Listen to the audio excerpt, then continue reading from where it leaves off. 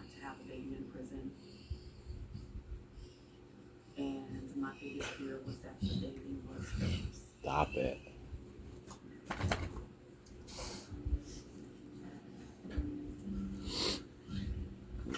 Stop that. A few days later, I was taking a shower at one of the clubs set apart for pregnant women. I felt like I was myself anymore.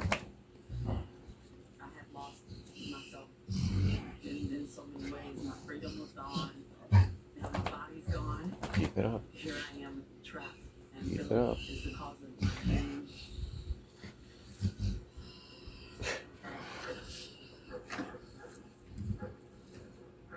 Who's that?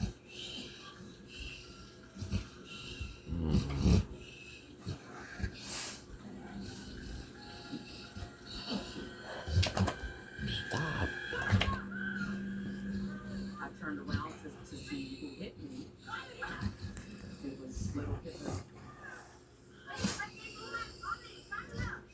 She was yelling, I'm not supposed to be there. That space or that area is for pregnant women.